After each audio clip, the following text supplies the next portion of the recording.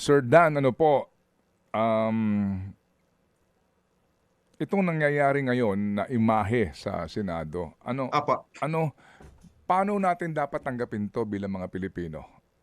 Kasi Hindi po dapat sige, sorry. this is an institution, di po ba, na sa mga nagdaan, magulo doon sa baba, sa lower house, ikay titingala sa kanila.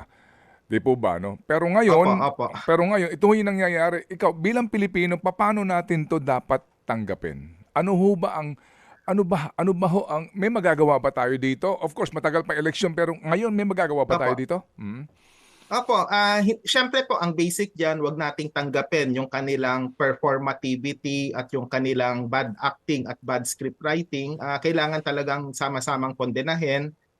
Sa aking palagay, yung medyo a good step in the right direction, yung mga pahayag na inilalabas na ilang mga individual at mga institusyon, yung mga mismong eskwelahang pinanggalingan na ilang mga senador, in not so many words, parang kinahihiya na talaga sila.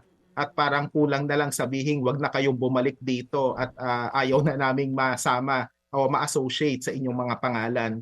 Kailangan talaga yung public shaming na magawa.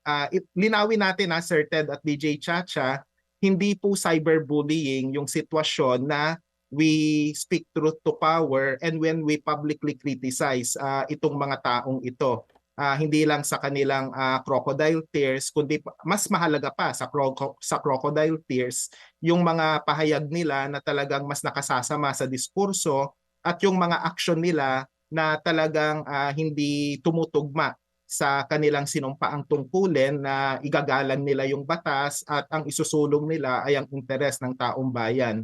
Malinaw na pinagpipilitan nila yung sarili nilang naratibo sa taong bayan, kaya dapat i-reject natin ito.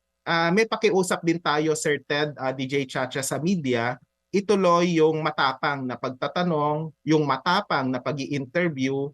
Linawin natin sa publiko, wala pong unethical dun sa isang anchor. Hindi po si Sir Ted or si DJ Chacha tinutukoy ko, pero may isang anchor kasi na pinipilit i-justify yung pagtatago ng isang fugitive. In-interview niya yung abogado ng fugitive na to, tapos natatawa na napapailing yung anchor. Normal pong reaction yan, hindi po unethical at unprofessional yung mga ganong klaseng attitude. Para mo na rin tinanong nung nag-hair flip yung isang anchor noon sa kanyang ini-interview na talagang malinaw na binobola lang siya. Yung mga ganong actuations, mahalaga po yan para bigyang linaw sa publiko na kailangang interviewin tong taong to, pero sige, pakinggan natin, pero maging jaded observers tayo. Yun ang kinakailangan sa kasalukuyang panahon.